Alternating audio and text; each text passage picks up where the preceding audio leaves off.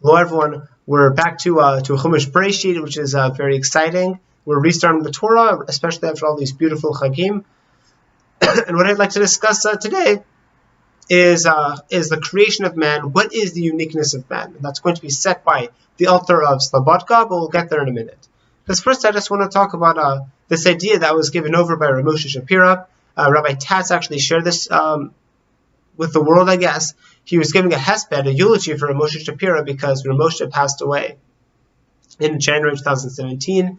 And so Rabbi Tatz, who was a talmid of Moshe Shapira Zatzal, he was just speaking about him. And so apparently when Rabbi Tatz and Moshe Shapira were talking, they were talking about the Ramchal's idea of Adam HaRishon, right, the first man. And Moshe Shapira mentioned that Chazal, that the sages of the Talmud, have three pshatim of what Adam is. Right? So one is that he's min ha'adam, right? He comes from the ground, he comes from the earth. So that's one. The second is that he's mashlit the aleph on the dam. They say Adam, the word Adam, has three letters. One is aleph, and then daled and mem. Daled mem spells dam, which is blood, and is supposed to symbolize like the physical element of ourselves. So that's the dam part of Adam. Then you have the aleph, which comes before that. The aleph is the first letter of the alphabet. It has a a numerical equivalent of 1. The shape is symbolic of its spiritual contents.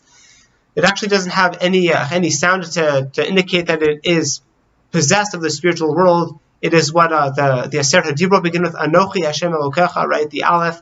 It's the first letter in Elokim. Bereshit specifically does not start with an aleph; it starts with a bet, because the creation of the world is the creation of the physical world. So it starts with the second letter because that's not essence. Whereas the Aseret HaDibro do begin with aleph because that is essence. But anyway, so just all that's contained with this aleph into the dam. Fine. So Adam, it's mashlit the aleph on the dam. That's the second pshat on what Adam is. And the third is Adam El HaElyon, right? That's the greatness of man, the elevated stature of man. And Moshe Shapiro was talking about how that actually represents the three schools of Musar. The Min HaAdama represents Nevardek. This is, of course, dealing with Eastern Europe. The Mashlit, the Aleph on the Dam, is Kelm. And then the Adam El HaElyon, right? The greatness, the elevated stature of man, is Slabodka. With that, what does that mean? What is the elevated stature of man? So says the Alter of Slabodka in his work, the Ohr HaTzafun. So truth is, this is not actually written by the Alter. It was compiled by his Talmidim, though of course it is based on the Alter of Slabodka's words. So he gave a Dvar Torah called Churban Ubinyan, right? Destruction and creation. And the way he deals with this is he introduces this Dvar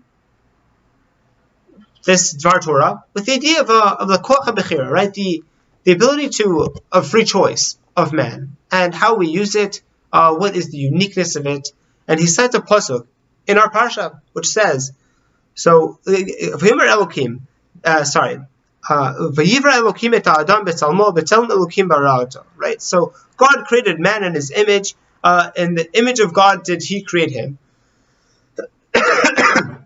But the pasuk before that actually says, "Vayomer Elokim nase adam etzalmenu kidotenu." God said, "Let us make man in our image and in our likeness." So in the first pasuk we quoted, which comes later, we see it in the singular, whereas before it's in the plural. Why is it in the plural? Because God was actually addressing the malachim, the angels, about how to create man. Why it's phrased in the plural is a completely separate discussion. We're not going there. But the point is, we first see this address of God to the Malachim in the plural to teach us that the God and the Malachim had a conversation. And one of the questions that the Malachim asked was Adam Mativa, what's his nature? What's he like? What's his goodness? Then Amar Lema Kadosh Baruch Hu, God responded to them, Chochmatu meruba mishalachem. His wisdom is greater than yours. This is, of course, citing the Midrash. So Vehine Shlit Bonen, right? So the Alter asks, why is man greater than the Malachim? What is this greatness that man has that's greater than the Malachim? That only man was created in the image of God, that only his wisdom is greater than theirs. So he continues to quote, Chazal omrim, so Chazal say, and they're quoting a pasuk here, again in our parsha, Vayar Elokim et kol asher asa v'hineh tov me'od. So God saw everything that he created, and here it is, tov me'od, it's very good. Now, the reason why this is a question is because this comes at the end of the sixth day. And for all the days before, except for the second day, God concluded with v'hineh tov, and it's good. Now, if you're God and something is good, then it's seemingly the best that it could possibly be. Good by God's standards is, good by God's standards, pretty much as good as you can get. So what does that mean? V'hineh tov me'od, it's very good. Well, what does that mean? So this is what Chazal say. Mikan she'ah boreh olamot umachrivan ad shebarat elu. Amar din hanyanli yatun lo hanyanli. So from here we see that he created worlds and destroyed them until he created these. Because he said, this one is good for me, the others were not good for me. And this is the essence of the word that the author is saying. Because the uniqueness of God is the fact that he's able to create worlds, which he did, right? We actually say that he created 974 generations before this one, and he destroyed each one until he finally created this one, which he was satisfied with. And this is alluded to in the song that we sing every Shabbat in some shuls that says, Adon olam asher malach b'terem kol yatzir nivra.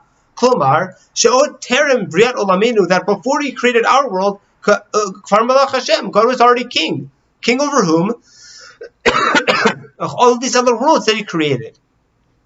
Because we see from here that God did create these other worlds.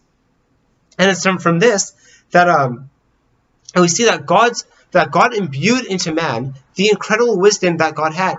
That is to say, man has the unique capacity to see something, see that it's good, destroy it so that he can make it better. That is the uniqueness of man. And we actually see this regularly in Torah learning. Anyone who's ever learned Gemara or has heard a more involved Dvar Torah is that the rabbi will begin with a question. Right? He'll usually quote a pasuk. He'll say, this is what the pasuk says, right? This is what the general context of the pasuk means. And it makes sense, right? You look at the pasuk, you look at the general context, it makes sense. But then the rabbi will say, but that doesn't really make sense, and it'll explain why, and it'll show you how it's difficult based on the actual broader context of the parsha or the episode of the entire Chumash. And the rabbi will show why it's difficult after you've come to a basic understanding. And then, ultimately, the rabbi will show you why this pasuk actually reveals something deeper than we had thought previously. Or in the Gemara, the Gemara will come, it'll posit something, it'll show you why it's correct, and then it goes on to show you why it's not correct. Because it asks you a question that you're like, wow, that's actually a really serious question. I don't know how to deal with that based on my former understanding.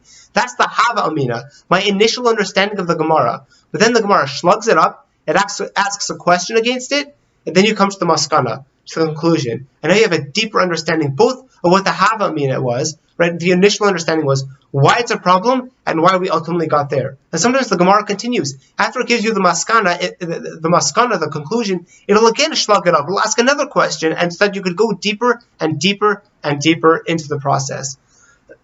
And that, says the Alter, is the uniqueness of man, because we see this not only in terms of our thinking intellectually, but also in terms of our midah. There's some people who they are naturally calm people, they're naturally giving people, they're naturally wise people. And you'll see the wisest of them, hopefully, or just wise people in general, will see I might have achieved X level of wisdom, of patience, of kindness, but it can always go further. And you'll see they'll break themselves, right? They'll strain against themselves and work internally so they can grow and make something better. And that is the chiddush that God created. That is what it means to be created b'tzelem Elokim. That is one of the meanings of being made in the image of God, because God destroys worlds. He sees worlds. The worlds that God created are as good as they could possibly get. You would think, and yet God went out of his way to create 974 worlds. He destroyed them all, each one individually at each step. He didn't just do this all in one shot.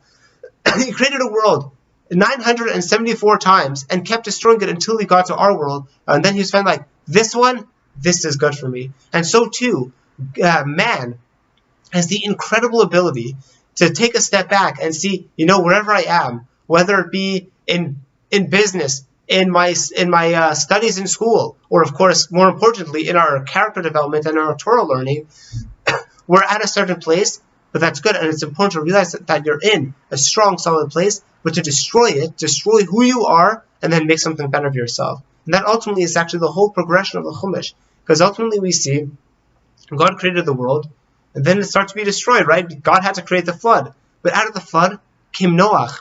And then even after Noach, there are another 10 generations, and they too caused trouble. They created the Tower of Babel, right, to rebel against God. Then what happened after that generation, the generation of the dispersion? Abraham came. And then, of course, later on with the Jewish people, we were sunk in Egypt. We were at a disastrous level, terrible. Then after that, God redeemed us, and we got the Torah. Or even after that, we finally got the Torah. Then what happened? We sunk into idol worship, right? We did the Egel Azav. Then what do we get after the Egel Azav? We got the Mishkan. And so too, there's this constant process of seeing how, now that's negative destruction, right? We don't want to do that. But the point is, there is this concept of we can destroy things, then out of that destruction, we can create something better. And that is one of the messages of Bereshit, such a central concept to understand what it is that's unique about man, that even the Malachim don't have, because the angels can only see the end point. They just see, yeah, this is the answer. But they miss all of those levels to get to see why that end point is so deep and is so true and is so meaningful, because they can't see that whole building process and process of destruction that led to the rebuilding and to building something better.